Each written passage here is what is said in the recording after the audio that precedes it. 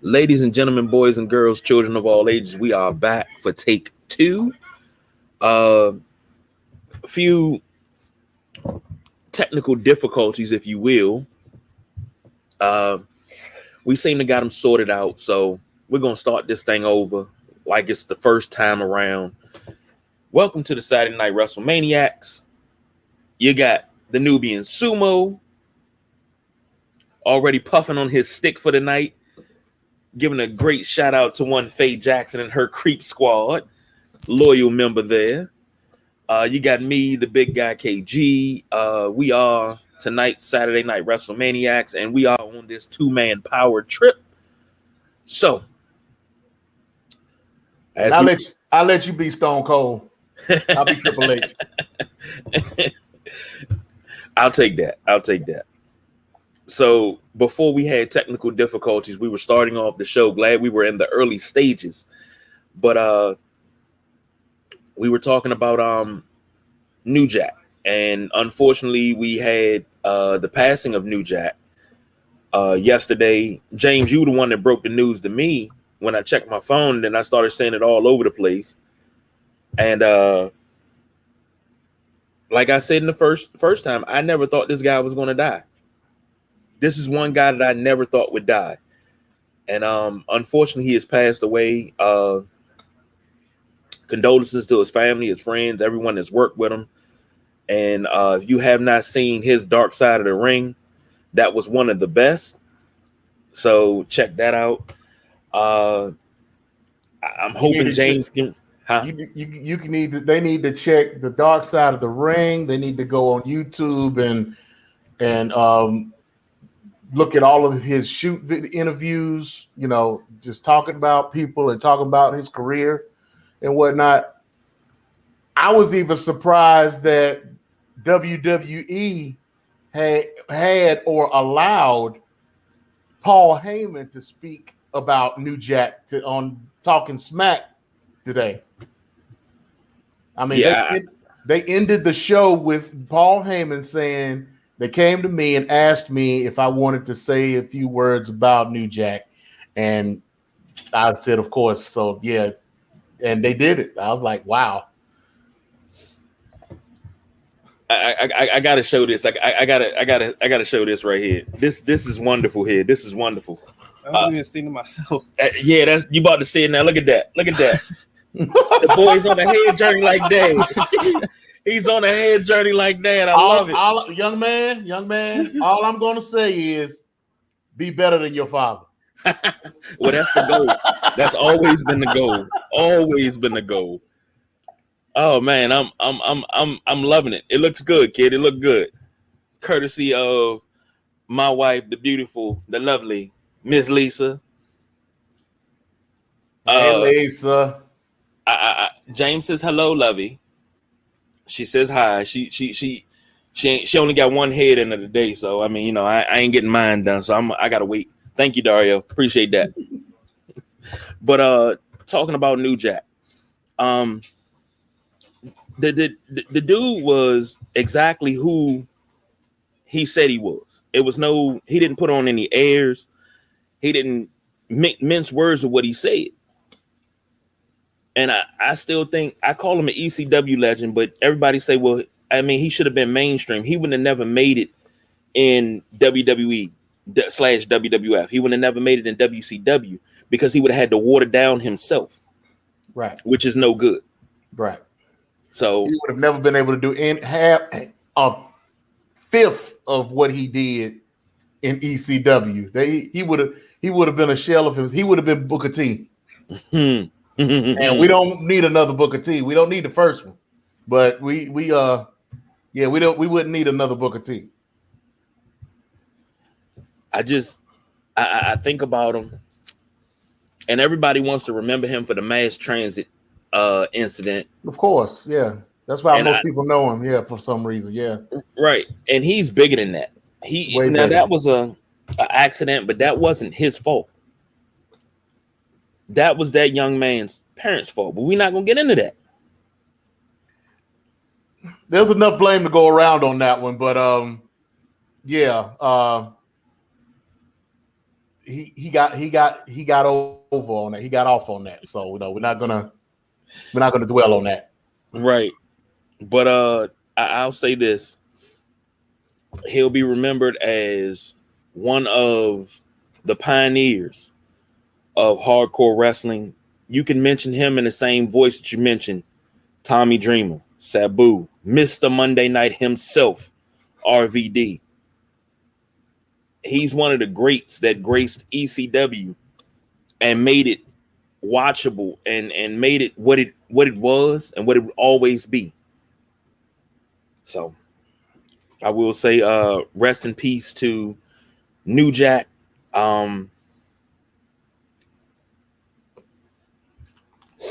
I take my Walmart cup because I don't drink, so. But tough, man. That's a tough loss. That was a shocker, I'll tell you that. Yeah. And I will say this. Everybody says, death is a part of living. You shouldn't be shocked that somebody dies. Well, you're always going to be shocked that somebody dies you never thought was going to die. Not this soon. We got people dying at young ages. DMX was 50. Shock G was 52. He was 58. He was 58. Come on now. We're in an era now where you live till you're 98, 99. And it's not, you're old and feeble at 98, 99. They're shocked that you're dying at 98, 99 because you're still active. You're still out here. You're still pushing it. You got people that's 101 running marathons. This is a different age and time, but this is one of the ones that actually shocked the hell out of me. So, well, he was going through a lot of things. He was going through a lot of pain. He had already lost sight in one of his eyes from the from one of the Vic Grimes situations. The one that wound up messing him up real bad. He lost his sight in one eye. He could barely hear in one ear. He had a whole bunch of pain issues and whatnot. So yeah, in a way, it's a good thing because he's not suffering anymore. He will be missed as a very unique character within the wrestling business. I would say he would be. You're saying that he's a pioneer of hardcore wrestling. I would say more of the ultraviolet type of hardcore wrestling, because I mean, before, nobody really knew anything about using. People use barbed wire. People used all types of. But he taking a fork to another level from Abdullah the Butcher. He was the first person I ever saw use a light bulb, a fluorescent light bulb in a match. You know what I'm saying? To come out and use actually like knives, like the Wolverine knives that he used to carry around, and those knives with the spikes on the front. I actually bought one because of him. At one time, I had one. So yeah, it was great. Just and like I was saying before we got all into all the technical stuff earlier, all the couple of times that I've dealt with him, 3 times I've dealt with him, and was able to sit down and chat with him and ask him questions like, why did y'all kick D'Lo Brown out of the Gangsters? Which is a funny story. To see him have his first comedy act in Atlanta, to watch him do that and be a part of that. I'm not sure if I was the only person there that came to watch him other than the people he was with, but I was the only one that I knew that he knew at the time was there for him. So, so I'm happy to say that I was that part of that with him. And even some of the shirts that he wore in the beginning of his career when he was in Memphis and the early stages of his ECW career, I actually sold him some of those shirts. So he just came to the kiosk in South DeKalb Mall one day, and we were just talking, and he was like, yeah, I wear these shirts. I was like, yeah, these would be the perfect shirts for you to wear. Danger, educated black man, and the Martin Luther King and Malcolm X shirts that used to be have the quotes on the back, that type thing. Those are the type of shirts that he would wear in the ring. And he was like, yeah. So he bought some shirts from me and wound up cutting them up like he always does and wore them in the ring. And I was like, I was able to say, yeah, I sold him that shirt. So, that was cool. So, but yeah, he will be missed. He will be missed as a character. I love his shoot interviews, his candidness, his I don't give a fuck attitude, and there'll be nobody else like him. And if anybody tries to be like him, there will be a sad imitation because there won't be any way to copy what he's done in this business. So rest in peace, bro. Agreed. And one thing I learned a long time ago, when somebody gives a glowing speech like that, a glowing tangent that's that good, you don't have no rebuttal for it. So with that being said, we're going to move on to the next topic. And in the absence of the People's Choice, Don Rodriguez, of course, he's come up with title change. He came up with this whole format.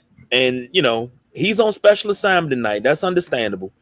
Yeah, he always want to try to run stuff when he ain't around. So, I mean, yeah, I guess we'll go by his format, whatever, Now,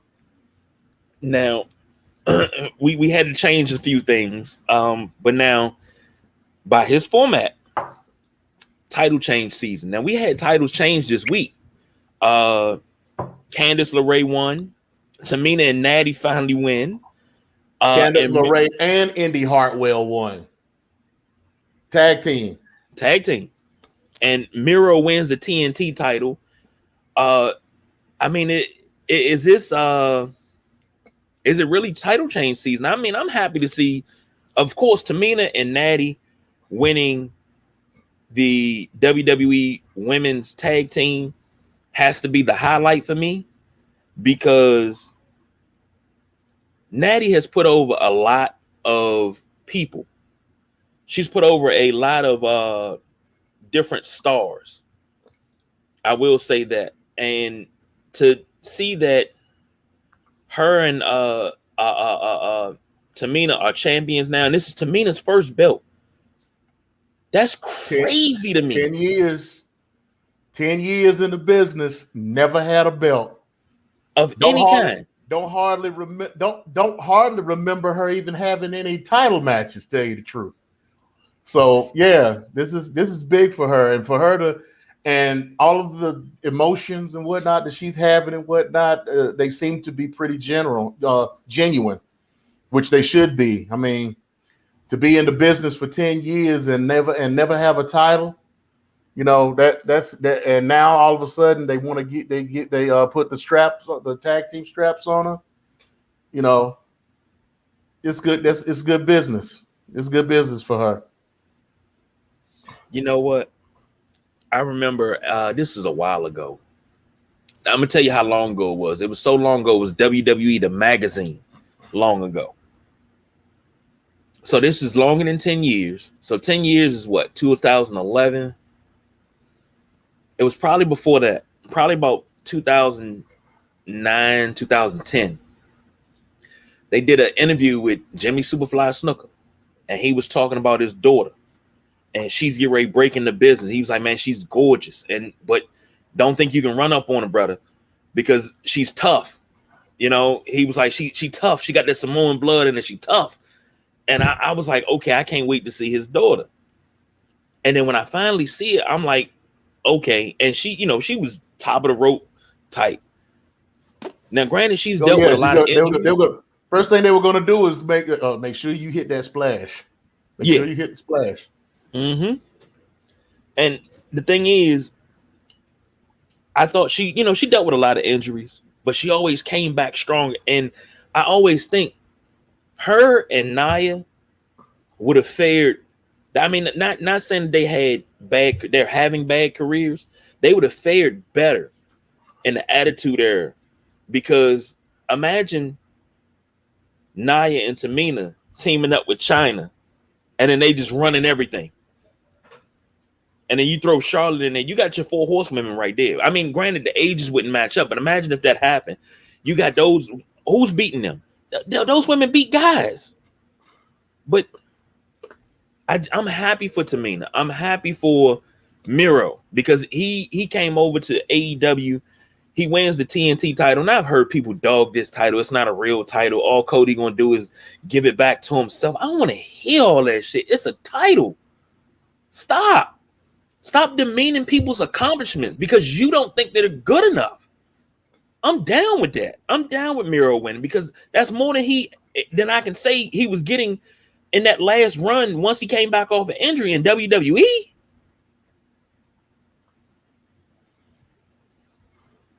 No, yeah, I really didn't expect them to put the belt on Miro like that, but especially this, not necessarily this soon, because he's been in for a little while. But once he got separated from Kip Sabian and Penelope Ford, you know, I was like, interesting.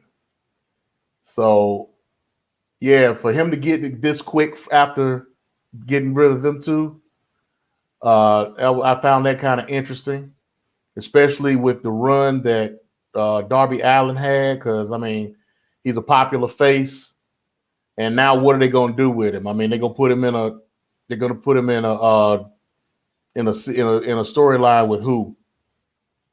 You know, they're gonna make him go. They're gonna have him run after try to get the title back. I mean, I don't know. I don't know if I'd have took the belt off of Darby, but it's good to see Miro, you know, actually being used, other than the video game thing and the Kip Sabian thing with the marriage thing and all that. You know, he was being wasted pretty much because I mean, you bring a big man in to do what? Be a big man, to run through the card, to run through the roster. And he hasn't been doing that. They haven't been doing that with him. So it's good to see that he's being used in a different way, in a better way. Again, I would not have taken the belt off of Darby. I'd let them go at it for maybe a couple, three times, you know, get a nice series in. But yeah, I'm good. It's good. I'm good with Miro getting the belt now. So we'll see what they do with it. I'd like to go ahead and see Lance Archer go ahead and get in there with him to go after the belt. That should be a good match between them two. So what about Candice LeRae? What's your thoughts? And that's the only title we haven't talked about. Your thoughts of her winning tag team title. I didn't even know she won. Who was she tagging with again?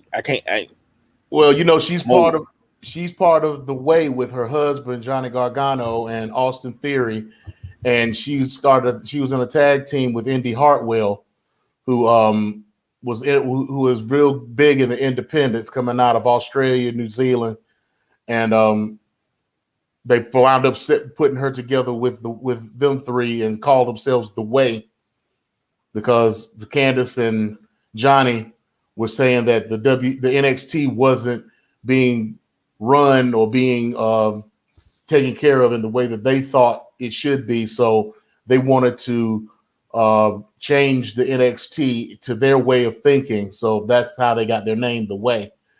But Indy has started doing some things for Johnny and for Candice LeRae, and wound up becoming part of their little group before they actually formed it.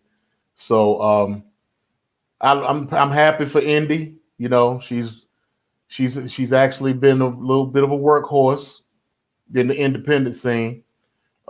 She got signed to NXT, and you know, you got to find your way within NXT. So or in WWE period. So for her to find her way to the women's tag team titles for NXT is a big deal. So I'm happy for her. As far as Candice is concerned, I've said in the past, you know, Candice LeRae can do no wrong with me after taking a super kick from Matt Jackson with a spiked Nike.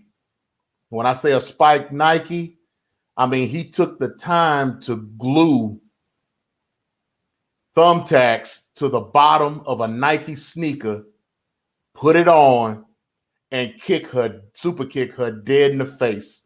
And she still got a scar above her eyebrow from that, because she bled like a stuck pig after that, of course. I mean, she took the full brunt of that, and that was for a shoot. So yeah, for her to come from that and PWG and to be where she is now as one of the mainstays in the women's division for NXT is a very good thing. And for her to become a champion right now with Indy is good for business. So I'm probably going to say that a lot during this show today, because championships like that, between those two and Tamina and Natalya, that's just good business. I like that. I like that being the theme of this show, along with Two-Man Power Trip. That's good business. I like that. So Don ain't here to defend himself. So let's gang up on him a little bit like he do you. Now, pretty soon we all gonna meet up in a couple of weeks. Hopefully, yeah. Yeah, right. I'm hoping everything works out. We can all meet up wherever we meet up. But we got to get him. We got to get him like on some Shawn Michaels shit. Let's put him through a table. Let's give him a 3D through a table. Oh, he'll take the bump. He'll take that bump. Yeah, he'll take the bump. No doubt. Now, you want to be Devon or you want to be Bubba Ray? It don't matter to me. As long as he putting somebody through a table, I don't care. All right. That's what's up. I mean, that's always great for me. Well, yeah, we can work that out. I'm sure he's deserving. If nothing else but all the stuff that he talks about me and the lie that he tells about body slamming me or whatever the hell he gets dreamed up in the sports arena in Atlanta at ESPN Zone, whatever that lie was, if he isn't deserving of that from anything else that he's done in life, that he's due for that. So that'll be a nice receipt for his ass. Well, to think about it, I'm thinking like this. I'm kind of sort of like throwing him under the bus, but I'm hoping like hell, if we can put him through a table, I can at least get a choke slam out of that. I'm good with that. It's been a long time since I took a bump, but I'm willing to take one these days. So I say we should just soften him up as he's coming out of his car and just jump him like the Horseman did Dusty back in the day. Maybe put a bat to his arm or something, close the arm in the door, something like that, soften him up real good before we hit him with that 3D. Yeah, okay. That's it. He gonna listen to this. He's like, what? He gonna have bodyguards and everything. He gonna have security and everything. I know, right? Now, last but not least, this is, we always say we're not here for a long time. We're here for a good time, and that's what we do.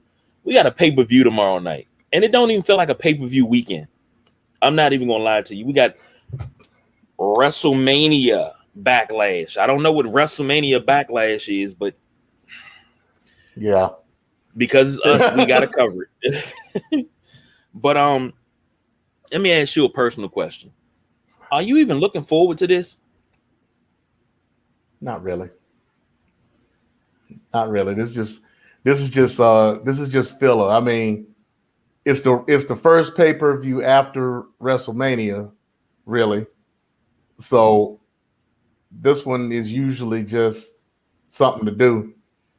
And the only reason they put call it WrestleMania Backlash instead of just Backlash is to try to bring more people into it. This is what? A bunch of WrestleMania rematches? Is this the fallout from WrestleMania? So I mean, it is what it is. Well, as promised, the People's Choice Don Rodriguez has come up with the format for tonight, and he has his picks already in. Of course he does, because he thinks he's going to win every pay-per-view. He's not going 12-13-0 this year. On my mama, he going to lose about 7-8 this year. He won't have a 500%. He won't be 500 winning these pay-per-views. I'm going to tell you that shit now. Right. That's not happening. Okay, so here we go. First match. The Miz versus Damien Priest. The Don has picked The Miz. James, you're up. I'm going with Damien Priest because this is more so a match for him to build up on, to feature him. So I'm gonna give him the Duke. I gotta side with the People's Choice on this, and I'm gonna go ahead and go with The Miz, because I don't know. I see The Miz getting one more big run, WWE style. So, just he could get another run, but a loss wouldn't hurt him in this situation. I mean, this gives him a little. It could give him a little payback for Bad Bunny, but then it also, like I said, this is supposed to feature Damien Priest and whatever run they want to set up for him. So it would hurt Damien more to lose this match, I think, than it would for Miz to win it. So I'm gonna stick with Damien. Okay. Next match. Every match left on this card. This is the only non-title match that the People's Choice has that's on this card. All right. So he got SmackDown Tag Team Championship. Bobby Roode and Dolph Ziggler versus Rey and Dominic Mysterio. He went with Rey and Dominic. I'm gonna have to agree. I mean, they pushing this first time father-son tag team champion thing to the hilt, and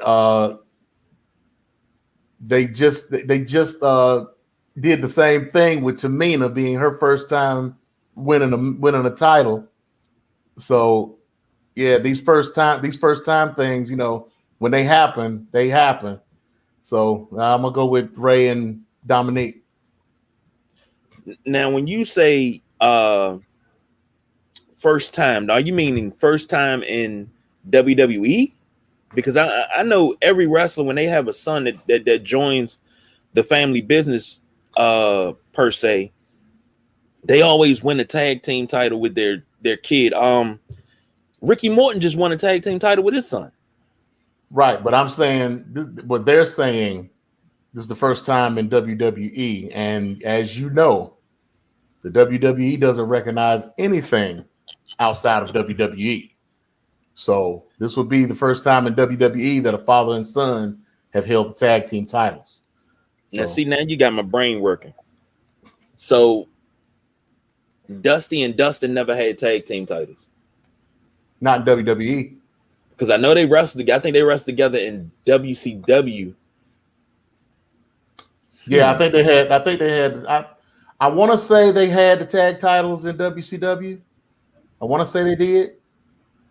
I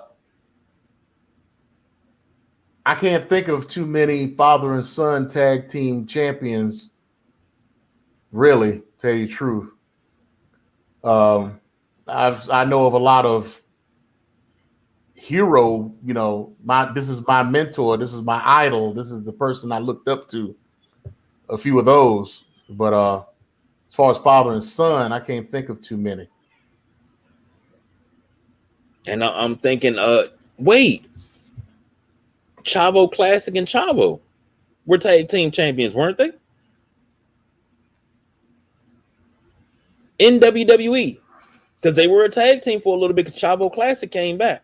Yeah, Chavo Classic came back, but I don't think they were tag champions. I think they were. I think they kind of went back and forth with the cruiserweight belt. I think Chavo Classic had the cruiserweight belt for a little while, and then lost it, and then Chavo Jr. ended up getting it back for them. But I don't recall them being tag champions. Look it up. Look it up. I mean, I'm sitting on a computer and I got one of the biggest computers that you can ever hold in your hand and a cell phone. So that's not hard. But you got my brain thinking. All you gotta do is go to Wikipedia. If it ain't in Wikipedia, it ain't nowhere. When it comes to wrestling, I mean, you know, you can kind of go by most of the things in Wikipedia when it comes to wrestling. Hey, I'm gonna tell you something. I learn something from Wikipedia every day, but when it comes to wrestling, I learned different titles that I've had forgot about that WWE had. They're defunct titles, and I'm like, why won't y'all bring these titles back? These titles would be great right now. But you know, let me ask you this while you're looking this up. When's the last time you seen the 24/7 championship? Once Bad Bunny won it, and then I ain't seen it since. And it ain't been defended. Hadn't even been talked about. Nope. They did all that. They did all that to build up. They had him take it to Saturday Night Live. They had him take it to the Grammys. He was on TMZ with it. They did all this stuff to build up that title, and then to do what? Poof. And the People's Choice Don Rodriguez didn't get a daggone check for that damn title neither, because that was his idea. 2 months after he came up with that idea, all of a sudden here the daggone title goes, and it's defended the exact. It wasn't. He said, "Hardcore championship, bring it something like that back." And there's 24/7. I mean, we come up with gems on this show, whether it's the WrestleManiacs, whether it's the Tuesday Night Flight, Thursday Night Throwdown, the Sunday Rise, whatever it is, we come up with gems. And all of a sudden, we see them out there in the atmosphere. Somebody's listening, and I'm glad that you're listening. Cut the check. That's all I want you to do. Just cut the check. You ain't even got to give us 50%. You can give us 10%. We can function off of that, but give us credit for the ideas. Because and the boss BJ points this out a lot. It's a lot of times we'll make a statement here at Sideline Junkies, and about a week or two later, they're talking about, well, this is what this is. Yeah, you heard that from us first, and you're damn right. They are watching. They are watching. Now I looked this up, and no, Chavo and Chavo Classic did not win in WWE. I didn't think so.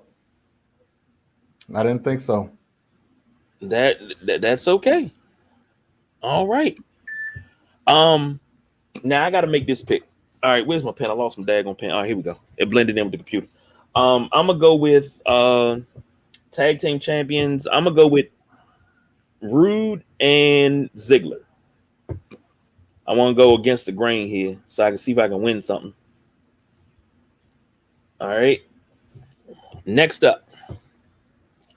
Where's my list? Come on now. WrestleManiacs. Got to go to the right chat. Next up, Universal Championship. The Tribal Chief, Roman Reigns, versus Cesaro. Now, it would be nice for Cesaro to win. The People's Choice picked Roman Reigns to win. James, your pick. That's a gimme. They're not going to take that belt off of Roman, not to Cesaro. I don't see why not. I don't see why not either, but I'm just saying that at this point, no, they're not doing that. You know what they're gonna do? They're gonna wind up having Brock come back and take it off of them. Come on now, you know that's what they're gonna do. It's gonna be somehow, some way they're gonna throw a bunch of money at Brock, and he gonna wind up coming back and taking it. But I don't think it'll be Brock. I think it'll be somebody new. You think it'll be Goldberg? It won't be. No. I'm saying, when I say new, I mean brand new. I'm talking about somebody they're gonna bring in that is going. They need to have a bit. They're gonna need to put a big spotlight on this person. And what better spotlight that can you put on there than to dethrone Roman Reigns as the Universal Champion? The Rock? The Rock? No. When I say I'm saying you saying new altogether. Brand new altogether, never been seen in WWE. Period. And I'm going with this new guy, the guy that's supposed to be the new Brock Lesnar, the new next big thing. I can't think of his name right now, but he's the guy. He was in the National Wrestling Championships as far as NCAA. But yeah, he looks just like Brock Lesnar when he first came into WWE. I mean, the height, the physicality. As far as his body is concerned, the looks, the blonde hair, the whole thing, he looks just like Brock Lesnar, and they working on him right now. They've already signed him to a developmental deal. I wish I could remember his name right now, but he's going to be the next big thing, and I think he's the one that they're going to groom. Parker something, yeah, exactly, yeah, Parker something, yeah. Exactly. I can't think. Parker Bordeaux. Parker Bordeaux is his name. Look him up. You would swear that Brock Lesnar had been cloned. Well, he's Brock Lesnar without the tats. I'm telling you. Damn. Okay, that's a dominant dude. If they grooming him like that, he's gonna be dominant.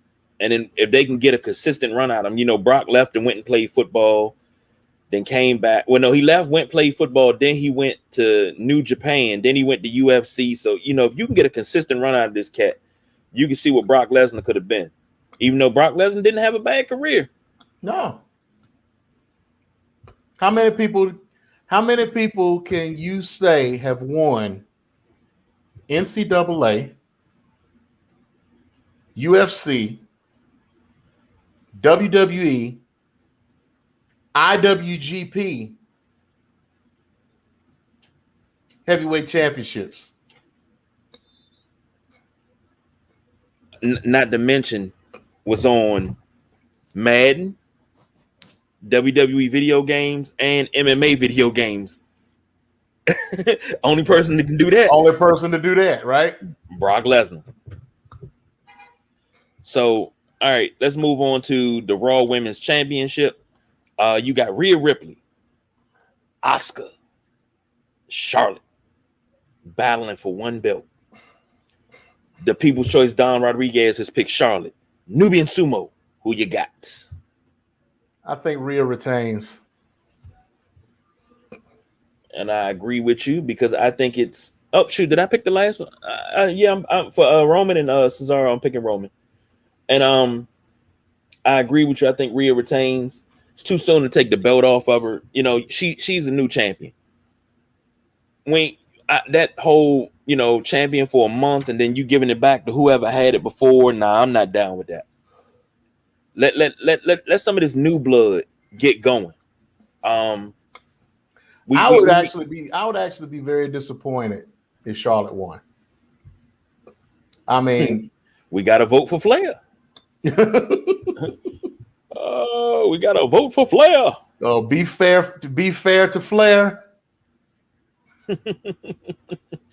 I don't know. I mean, but Charlotte is coming back. It is a way for her to reclaim her there's nothing for her to come back. It's what I mean. They can put that title on her anytime they want. It's time they need to build up Rhea Ripley. Yeah. So I don't see them, like I said, I don't see them taking that belt off of Rhea right now. Maybe SummerSlam. And then give it back at Survivor Series? Something like that, yeah. I can dig that. I see her losing around around SummerSlam. Okay. But just keep her in the picture. So I can agree with that. What we got? We got SmackDown Women's Championship. What's your pick? What's your pick? Oh shit! I agree with you, Rhea. Oh, okay. You got to keep it on her. SmackDown Women's Championship. Bianca Belair versus Bayley. The battle of the thicks.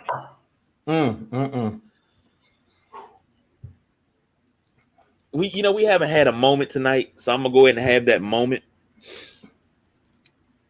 Bayley is certified cornbread fed. Let's just say that. Look like she spent a lot of time down south eating good. I'm just gonna say that.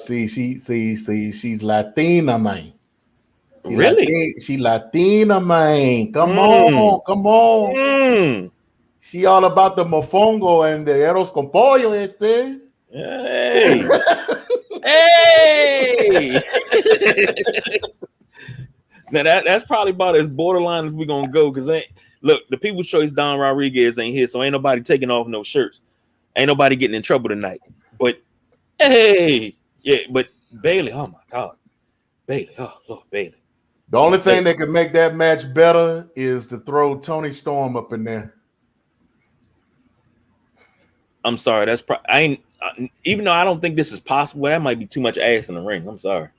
Oh, it's been done. It's happened. I mean, they were in there together for Royal Rumble, and they had Naomi in there too. So Naomi, Nia Jax, it was. Yeah, and I'm not even. It looked like a whole bakery up in that joint. I'm not even gonna lie. That's one of them things you just got to sit there and you just got to go. Thank you. There is a God somewhere. But the People's Choice Don Rodriguez, he picked Bianca to win this one over Bayley. What's your pick there? Oh, I'm going with Bianca. Okay. I'm going with Bianca. Same reason. I mean, she beat Sasha. We haven't seen her since. She beats Bayley. Those are 2 of the 4 horsewomen. So when what's her name? Becky Lynch comes back. She knocks her off. And then eventually Charlotte, and then they'll do the draft, and then she'll be able to knock off Charlotte. Think about this. Now, you said that, and my mind started turning. My gears started going. Imagine her knocking off all 4 horsewomen, right? And then they actually give us the 4 horsewomen like they're supposed to. Now, we were supposed to get I thought they were going to wind up getting Tessa Blanchard. Yeah. I thought they were going to wind up getting her. But who did she signed with AEW, right? Allegedly. It hasn't been confirmed that she and Daga have signed, but that's what in my Conrad Thompson voice, the rumor and innuendo is that they signed, but we don't know for sure. I think I know neither one of them are under any 90-day clauses anywhere. So it's just a matter of time, because she is in the gym pretty hard.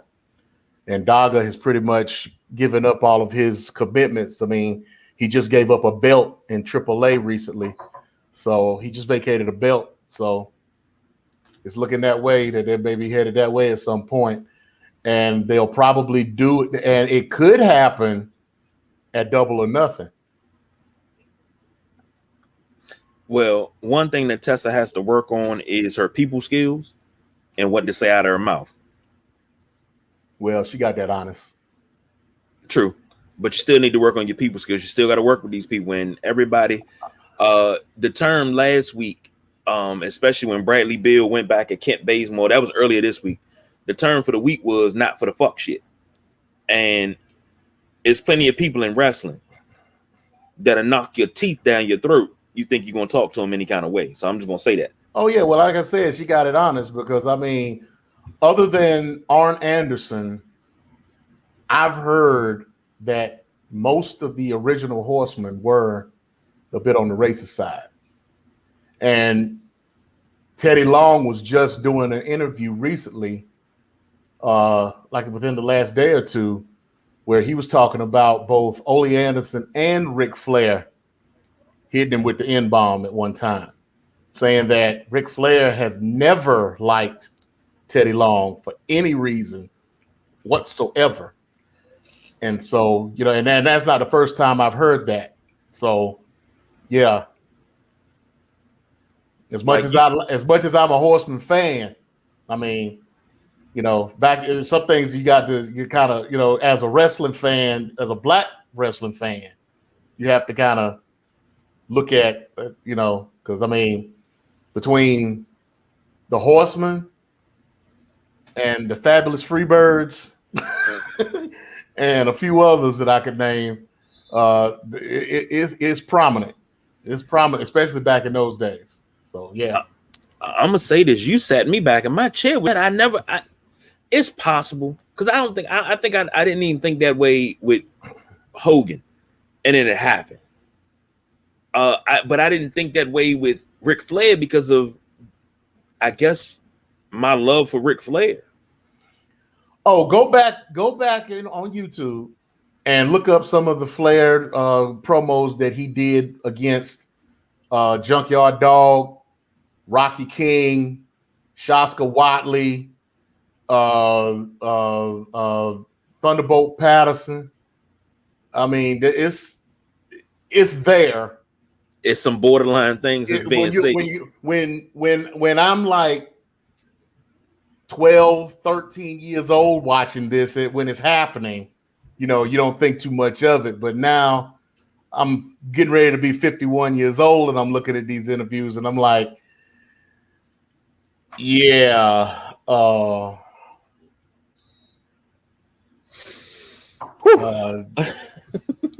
Well, don't let me have to pull you to the side there, buddy. Don't let me have to pull your collar. Well, what I was thinking is, you put the 4 horsewomen back and then they turn around and then they jump Bianca and they start jumping the champions. The next thing you know, the 4 horsewomen hold all the gold. They got the tag team champions. They have both women's titles and then start combining the shows. So your storylines from Raw go from Raw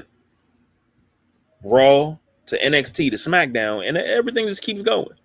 And I don't think the boss BJ like it too much. No. Cause see, when I brought that shit up to y'all some weeks ago, maybe some months ago, and y'all were like, nah, the tag team titles don't need to move around anymore. Now that they got the NXT belts, and did I say that? You didn't say anything, which made you complicit.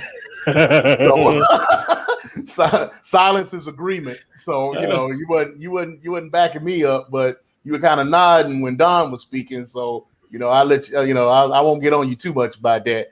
But I did bring up the fact that there were too many titles in the WWE, and that you needed one title for the women, one title for the men, one tag title, and all these titles move over the whole map of WWE. And I didn't get too much backup on that. So yeah, I don't know. But that would be hot, because that would be Horseman-esque. Right. To have, especially since they don't have a mid-card title, that exactly, it makes the titles more exclusive. It gives more people opportunities to get to the titles. They have to work more toward the title, because I mean, hey, I got somebody on SmackDown that deserves a title shot more than they'll do on Raw. So you have to wait. You'll have to wait and earn your spot. You know what I'm saying? When I say that, I'm talking like Attitude Era, because if you watch Raw, and Raw used to always go off with that cliffhanger at 11:05 on the nose. You see that daggone copyright thing pop up in the corner. You're like, no, it's 11 o'clock already, and you already mad. But then you come Thursday, they tell you what happened on Raw, and they pick right back up. Then they pick back up again on Shotgun Saturday night, and then Sunday Night Heat, and then Velocity and things like that, and then it just kept going. Oh no, do what they did back in the day, where they would be in the middle of a match and be like, "Oh my God, we're running out of time. We'll have to show you the rest of this match next week." The boss BJ chimes in, and that would give WWE a chance to really build the character. It would. Yeah. It would. I mean, it would take everything back to the territory days, you know? Which is where everything seemed to be heading. Flair would go to all the territories and face their number one guy, heel or face, whether it was their champion or the guy that's been established by the championship committee as their number one contender for the belt.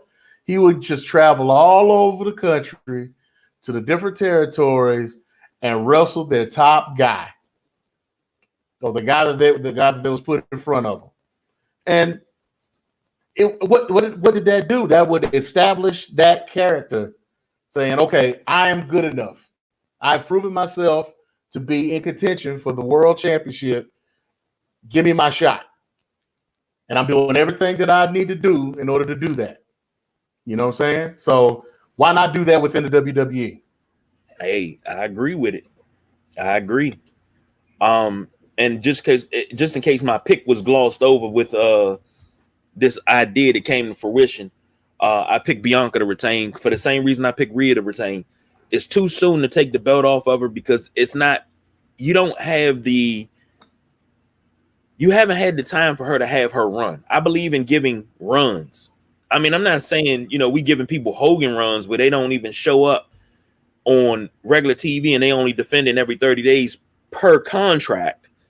That's one of the reasons what soured me on Hogan. Let me just say that right there, because he only showed up at pay-per-views, maybe a Saturday night main event, but he never showed up on Superstars. But I got to see The Undertaker on Superstars, Bret Hart, Owen Hart, the Hart Foundation as a whole. I got to see those guys on Superstars. But you shouldn't have to. You shouldn't have to see your champion all the time. You shouldn't have to see that. And we've talked about this before.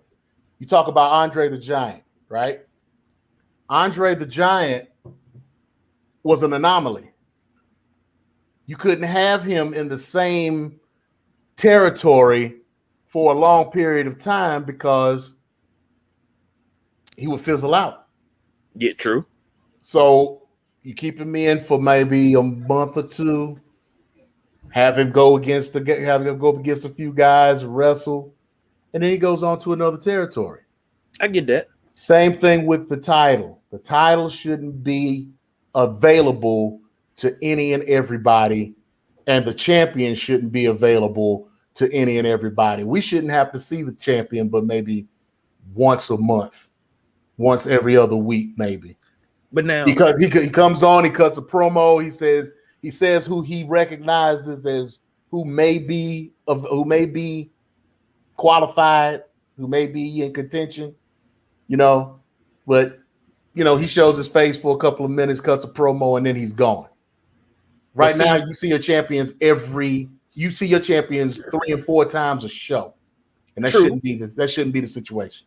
But see, I'm so used now. Growing up, all we had was Superstars. That's all I had. You might get Saturday night main event maybe once or twice a month, and it might be every other month. It wasn't no consistency to it. But Saturday morning Superstars, which came on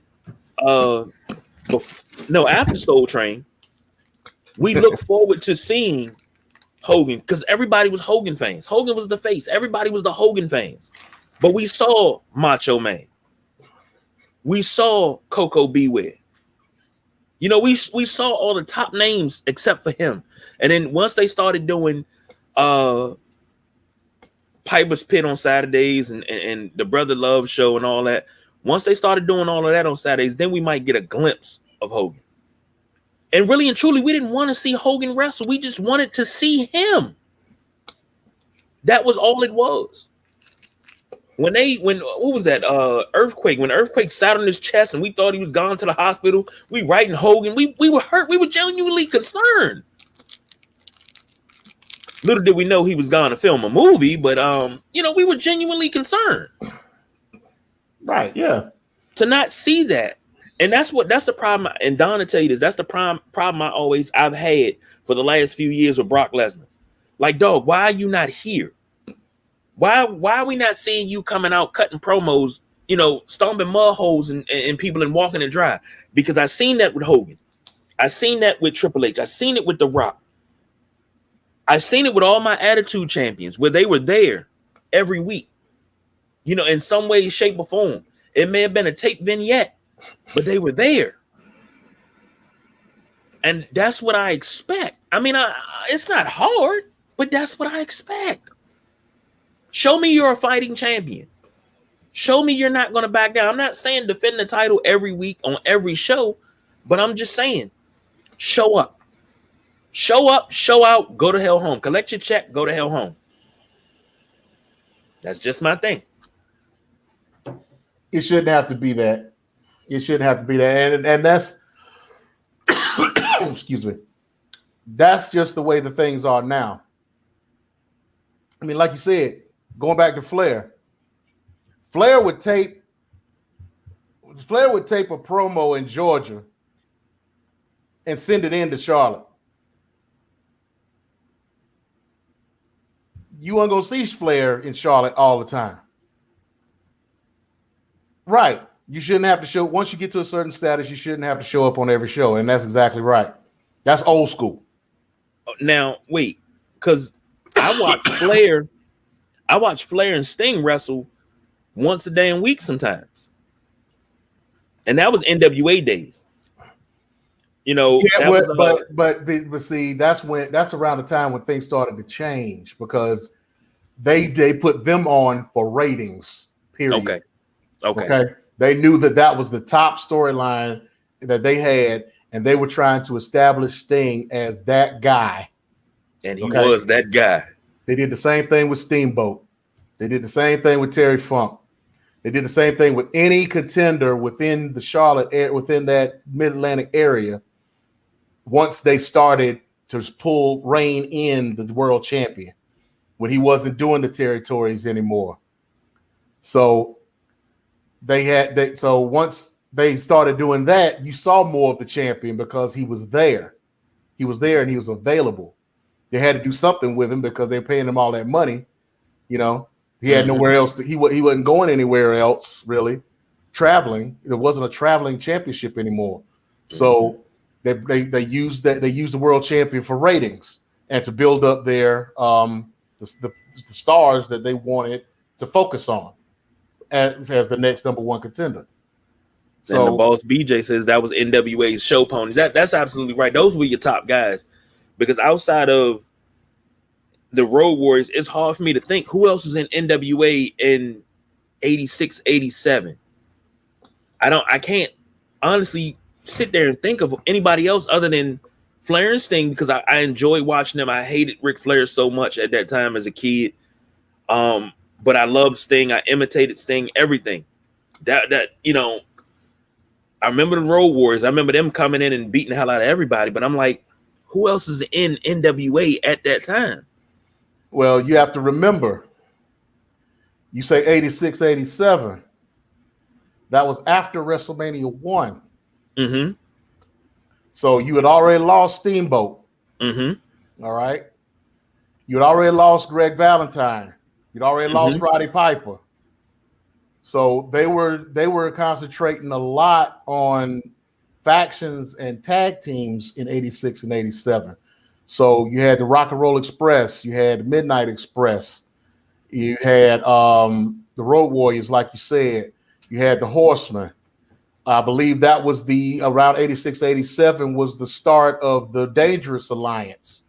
When Stone Cold Steve Austin, at that time, Stunning Steve Austin, was with Paul Heyman. and he would have, and eventually Arn Anderson would join up and get into a tag team with Larry Zbyszko. The living legend. So and you had Rick Rude in that group. I believe you had the Powers. I believe the Powers of Pain came a little bit after that. So there were a lot of guys within the NWA that weren't taken by WWF at that time that were still doing things in there. So I mean, 86. If I'm not mistaken, 86 was around the time that no, that was in the 90s. I'm thinking about Ron Simmons' run as champion. That was 92. Yeah, 92. That was 92. And I know that because everybody talks about him being the first Black world champion when Iceman King Parsons won the World Class World Championship 2 years earlier. But we won't go into that. That's another show. Yeah.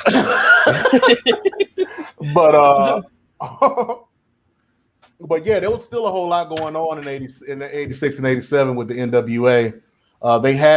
They were still branching out to try to stretch their territory out. They were coming up toward. They were coming more to the DC area. They were going into Chicago a lot. They were doing a lot of traveling at that time. So yeah, I believe 86. Wasn't 86, 87? What Starrcade 86? Starrcade 86 was the Night of the Skyscrapers, right? I believe so. Yeah. So that was Road Warriors versus Midnight Express in the Scaffold match. So, and that was Bubba Rogers before he became Big Boss Man. Yeah. So yeah, there was still a lot going on in the NWA at that time. I always think about NWA. That's what I always go to. Is those matches, on the weekends. I think that was NWA used to come on Saturday night. Was it Friday night or Saturday night? But I know they had one show. Saturday night, 6:05 on the Superstation, TBS. That's okay. Because you know what? That was around. Well, you got yours thing for the mothership. That's the mothership. 6:05 broadcast on TBS. That was the mothership. That was Don coming up with that, and I run with it. And my mothership is totally different because I know you talking about Father Funkadelic. Yeah, I know what you're talking about. But as far as wrestling is concerned, the original mothership was the 6:05 telecast on TBS. I live in the land where the mothership landed for the last time over here in Landover at the Capitol Center. So that's where I come from. That's where I grew up at. But I remember watching NWA like constantly, and it was never a which one do I like better. It was like whichever one's on, I'm with it because I get to see the Stinger Splash. I get to see the Scorpion Deathlock. I don't know what the sharpshooter is. I didn't know what the sharpshooter was. Then I know what the Scorpion Deathlock is. But I will say that. But damn, maybe I may be messing up history and not remembering right. Because number one, I was young. I was 5, 6, 7 years old watching NWA. So right. It's cloudy. I remember things. I remember Sting cutting promos, and I remember we used to say Flair stole a woo from Sting. I think it's the other way around. Sting stole it from Flair, right? And see, he wasn't saying woo, he was saying ow. He never said woo because that would be copyright, that would be trademark infringement, a gimmick infringement. So he didn't say woo, he said ow. Okay. Now Flair, and he said this on numerous occasions, Flair stole that from what was the guy's name? Great Balls of Fire. Jerry Lee Lewis. He stole that from that song, Jerry Lee Lewis. He said he was riding down the road one day and he heard that Jerry Lee Lewis song and he was like, and he went on the show and did it and it stuck. Hey, you can't hate that. But see, that's why I say things are cloudy that far back. You got to realize this is 30, 32, 33, 34 years ago. I'm 39, get ready to turn 40. So this is almost 40 years ago that I'm trying to remember things. And even though I could probably pull it up, it's kind of hard because I can't remember exactly what it is. And see, but I do remember those memories. You came in where there was a super show, a mothership, a super show. I'm pre-TBS. I'm pre-cable. You know, I was 12 years old in 1982. So I had the studio show that came out of Florence. See, back in those days, they would do all their wrestling in Charlotte. They would do their house shows and they would do around the territory and they would do their main shows in Charlotte.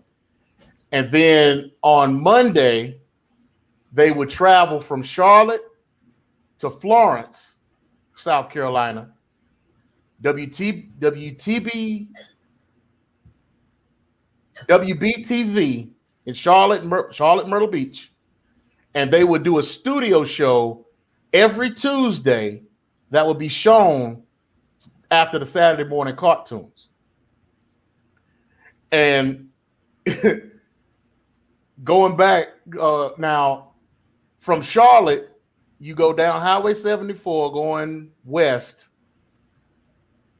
to Hamlet, North Carolina, which is where I'm from. 74 connects to Highway 38, which takes you straight into Florence. It's the back way to Myrtle Beach, for anybody that doesn't know. Okay. Now, a mile from my house that I grew up in, there's a gas station there. At that time, it was called Julio's. It was called Julio's, but it was owned by an Iranian guy. Whatever. All of my cousins, a couple of my cousins and friends in the neighborhood would go after school to that gas station and hang around that gas station every Monday. And we would just stay there and wait for the wrestlers to come through because all the wrestlers stopped at that gas station as a halfway point. So we would be pumping the gas. We go inside. They wouldn't want to leave their cars. We would go inside, grab their sodas, grab their drinks and whatnot. They give us a couple of dollars a tip, and then they would keep moving. So I got to meet a lot of wrestlers from the NWA days doing that. As a matter of fact, one day I remember, and a lot of people, anybody listening or watching may remember this if they were watching NWA back then.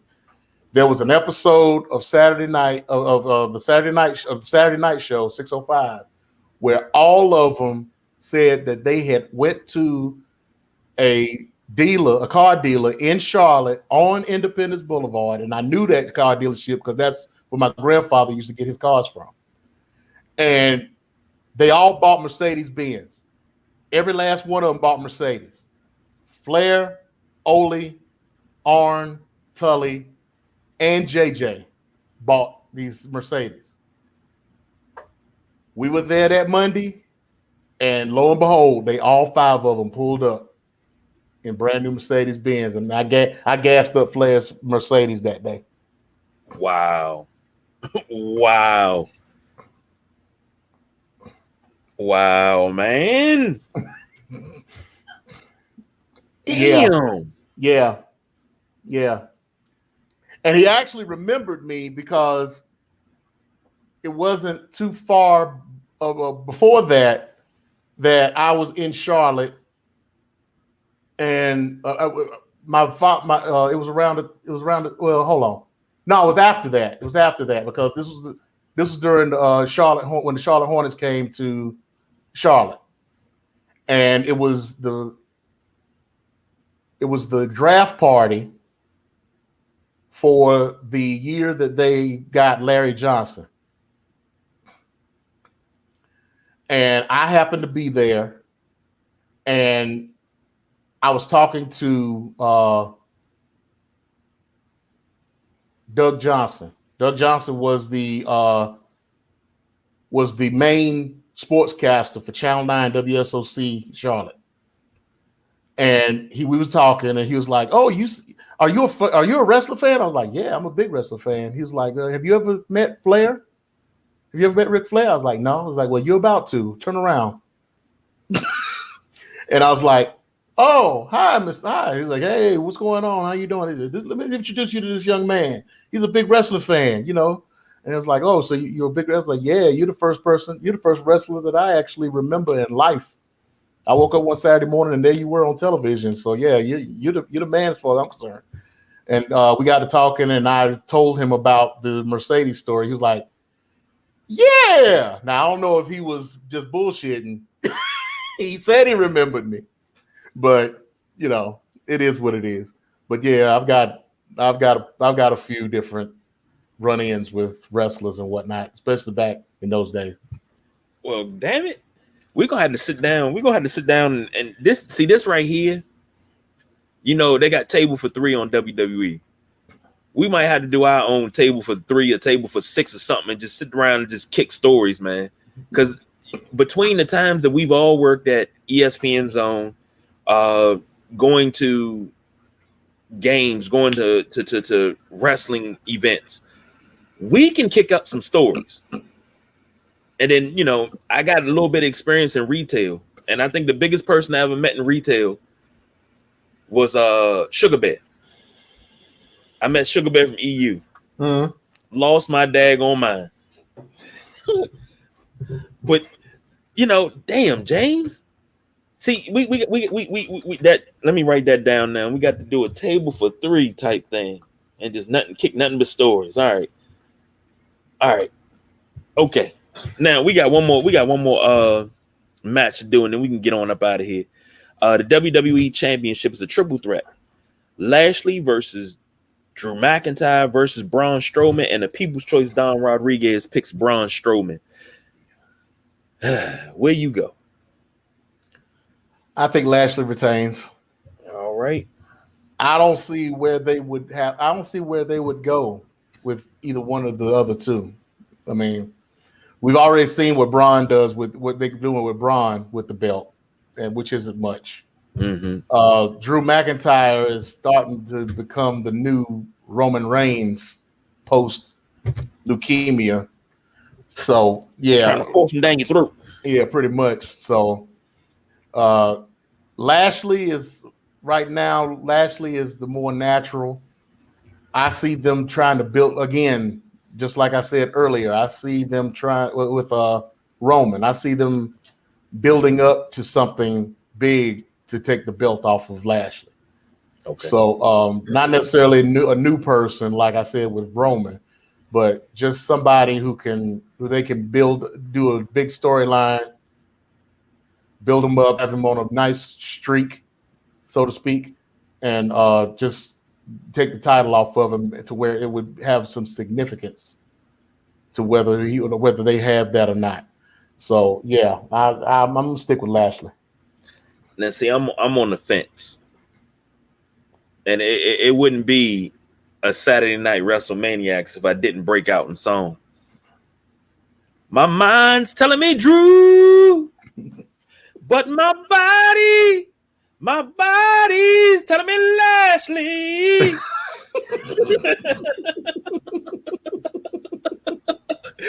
Oh my God! But it just man, you made an excellent point. Braun doesn't do much with the title, and as much as I pushed for him to be a champion and to get some gold, and every time he got his shot, he would get hurt. But then he gets the shot, and it doesn't go anywhere.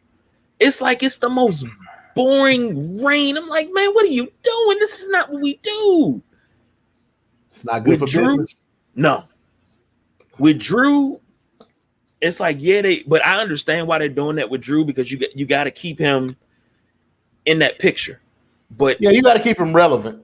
You got to keep him relevant. I mean, he's one of the few guys in Raw right now that needs to be in contention. But he would be more of a benefit chasing Mm-hmm. than he would with As the actual belt. Yeah. So you know what I would do? And I don't know. I thought he was back off an injury. Where the hell is Jinder Mahal? He's back. I thought he was back. Why is he? Yeah, he's back. He had Apparently, knee surgery, right? Yeah, he had some type of surgery. I don't know. They kept him out for a long time, but they had him in that match with Jeff Hardy on Main Event that everybody started talking about, you know, like, why do they have these two former champions on Main Event wrestling each other? And I guess it was a good match because they wound up putting that same match on Raw this past Monday. And they gave him a crew. They gave him some guy to do development that I can't remember his name. And then they broke up that tag team that I want to say Stokely Carmichael because that's what his name was in Independence. But Malcolm Bivens, that tag team that he had, that Indian tag team that he had, and they broke them up. The guy that put the tweet up about what the show, something that happened during the show that he wasn't supposed to. They kicked him to the curb and kept the other guy, put him in this faction with Jinder Mahal. So he's got two new guys that he's got behind him. And so we're going to see what happens with him. And he's already talking about trying to go after the title. Which he should. And I can see him with the belt sometime soon because that would be interesting to put him in as champion. I can see him and Lashley having some good matches. Hey, I can see him and Drew, the modern day Maharaja. Well, you know they're going to put them two together because they used to be in 3MB together. Mm-hmm. So you know I love that. I would love that. But here's my thing. Instead of forcing Drew McIntyre down our throats, give me that new blood. I mean, but think about this. We talk about new blood, but it's guys that are working hard and they never seem to get to that next level. And the one guy that I speak of right now, other than Jinder Mahal, and Jinder Mahal has been a champion, is Mustafa Ali. I want to see more Mustafa Ali. I love when him, Ricochet, Aleister Black, and what was that? Was it Apollo Crews? Yeah. That nobody could beat them dudes when they got together. Why wouldn't you run with that? People loved when they came together because Apollo Crews and Ali were great together when they joined up with Aleister Black and Ricochet. Aleister Black and Ricochet as a tag team was absolutely monstrous. Why not build off of that? You could have built off of that, and that would have wrote his own storyline right there. That's your faction right there. And then when you had the Hurt Business come up, you would have had somebody for the Hurt Business already to beef with. So you could have got something out of that. You could have got some sort of run. They let it go too early. They broke it up. And I'm like, where's Ricochet at anyway? Oh, he's still wrestling. He's still in there somewhere. I was kind of hoping that they were going to reform the Hurt Business with Samoa Joe and Ricochet. But that I get apparently that didn't happen. So yeah, I don't, and now that Apollo Crews is on his own with the Nut Grabber, and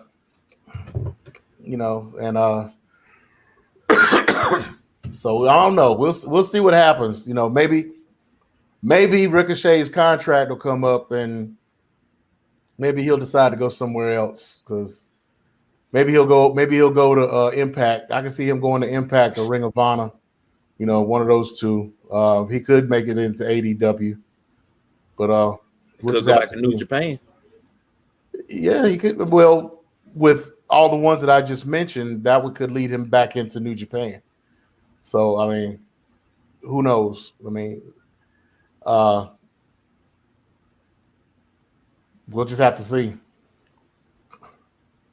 Well, not to gloss over my pick again. I'm gonna go with Lashley. I've sat here. I decided, did a little tap dancing myself, so I'm gonna go with Lashley. So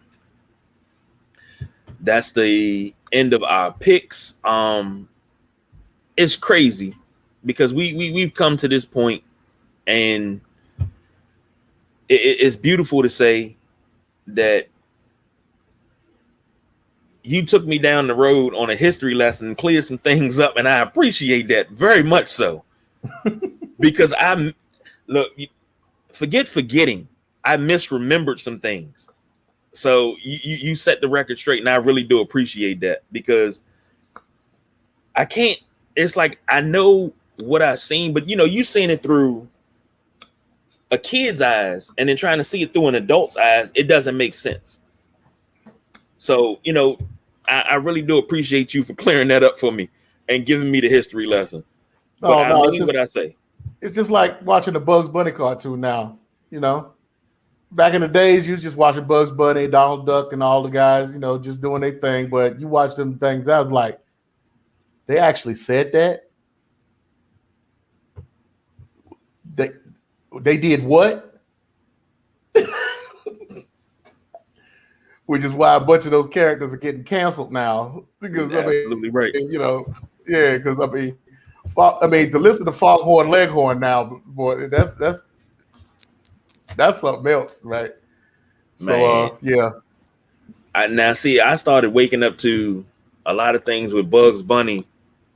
Well, Warner Brothers and Merry Melody cartoons. I think I had to be about 14 or 15. And this is when they used to show, they would always show once a year. You would get like a night of nothing but Warner Brothers cartoons. You'd get Bugs Bunny and all that at night. And it was a big thing because I got to watch cartoons at night. Now you can watch cartoons 24/7. But it was a big thing. And it was I can't even remember what it was. And I remember I went to my godmother and I told her what Bugs Bunny said. She said, he can't say that. I said, he said it. And been saying it for decades. I said, he said it. She was like, well, I don't know if he's supposed to say that. I was like, well, he said it. She said, oh, well, ain't nothing you can do about it. I said, no, not nothing at all. And then like the whole thing with Pepe Le Pew, they canceled Pepe Le Pew. But don't you think you should cancel the cat that he used to chase after that he thought was a skunk? Because when she found out that he was a skunk, she didn't want him. But then when he got dunked in paint and he didn't have that white stripe and she thought that he was a cat, let's talk about how she pushed him in the room, locked the door, hid the key, and was pretty much about to take what she wanted. So, it's a lot to go with that. Same thing with, what's the name? Steve Urkel and Stefan Urkel. Mm-hmm. Yeah, old girl Laura. Yeah, she wasn't feeling Steve. Steve was about their business. She wasn't trying to get with Steve, but he turned into Stefan. She lost her mind. She was about it. And I always say that was like one of the craziest things I've ever seen as a kid, because it presented something to me. Maybe, okay, if homegirl don't like me, I got to change myself for her to like me. And Steve worshiped the ground that Laura walked on. And it took her the entire show's run to realize that this dude was the one for her, not Stefan. Steve was the dude that was the one for, and she did not realize this until the last season. How, Sway? I would have stayed with Myra myself. I'd have dropped Laura and stayed with Myra. That's where I would have stayed. Myra was the business. I don't care what nobody say. Myra was the business. Steve had his nose all up in the all open for Laura and whatnot, mm-hmm. and he missed his blessing. Mm. Who you telling? Shoot. But I mean, we can go on and on about different things like that. But I mean, damn. But it brings me back to the point. When you see things through a child's eyes, and then you think about it as an adult, and you see it through an adult's eyes, you see it totally different. Right. And it's like that in TV shows. It's like that in wrestling. Yeah. So just like I was talking about the Horsemen and the Freebirds earlier. I didn't know what a Confederate flag was. I just thought it was something that they made up, Yeah. I wasn't exposed to that at that time. I mean, even though I'm from the deepest, darkest depths of the country that you can get, but I wasn't exposed to that. So I mean, I'm looking at because I loved Terry Gordy. I loved watching Terry Gordy wrestle, and Michael Hayes was just somebody who was trying to be a Ric Flair knockoff, but to me, he had his purpose and he had his moments. And Buddy Jack, he was just there. I like Buddy Jack too, but Terry was my guy. But to see them come out in the Confederate flag robe and they had the Confederate flag waving, I didn't care about that. I cared about the wrestling. So growing up and learning things and knowing things, and then going back and seeing that, I'm like, what was I thinking? Mm-hmm. But I was a child looking through a child's eyes, like you said. Now you talk about the Confederate flag. Think about this. I'm a Dukes of Hazzard fan. Huge Dukes of Hazzard. They had a Confederate flag on top of the General Lee. Yeah. Did I ever think anything of it? No, I never seen it as racist. Right. And then you think about it now, you're like, damn, y'all really ain't got over a war that you lost.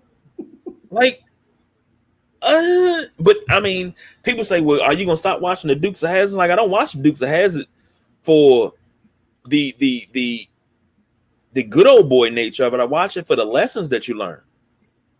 Same reason why I watch Scooby-Doo. Scooby-Doo taught me that there are no real monsters in life, but people are monsters. That's what Scooby-Doo told me. Now, I'm not talking about the new Scooby-Doo. I'm talking about Scooby-Doo from '69 is what I grew up on. Right, back in the day, yeah. Right, when Fred had bell bottoms on at least until like 1994. Like, how did Scooby and Shaggy eat so much and they never gained weight? Stoners, baby. Why was there always smoke in the mystery machine? I don't know. Why did Fred always want to split up, take the girls with him, and leave Scooby and Shaggy by themselves? Right. It's things that you think about as an adult. So, but I thank everybody for joining us tonight. Thank you. Sorry about the tangent, folks. This is what happens when you get together with folks and you just start talking and you're riding down the road and all of a sudden hey, you hear that exit all of a sudden, that happens to us more often than not here at Sideline Junkies. It doesn't matter what show, but we always going to be able to teach you something. So thank you for watching here on live. Thank you for listening to this on the playback, whether you're listening on Spotify, Anchor, Apple Podcasts, say Spotify, Google Podcasts, Castbox, Breaker, Verbal. It doesn't matter. Whatever platform you listen to us on. If you're watching this on YouTube, we thank you. We appreciate you. You got any questions, comments? Hell, you got a show topic, you want to come on and you want to talk about something, whether it's with the WrestleManiacs or whether it's with the other hosts, the boss BJ, the man of the hour Delonte, the man that's twice as nice, Junie, the man, the myth, the legend, Big Jim. It does not matter. You want to talk to us? Hey, drop a line, sidelinejunkies247@gmail.com. That's Sideline Junkies, all one word, 247@gmail.com. So, and you can put them in the comments on YouTube. You can put them in the comments on the page too, on the video too. So I forgot all about that. The comments on YouTube, you can do that. Yeah. Appreciate the boss BJ for coming in tonight and throwing in some well-needed names that we couldn't remember and just being included as usual. So for the People's Choice Don Rodriguez, who was on special assignment tonight, that's the Nubian Sumo. I'm the big guy KG. We don't do no overtime. We are out of here. Konnichiwa, bitches. Diversify your bonds.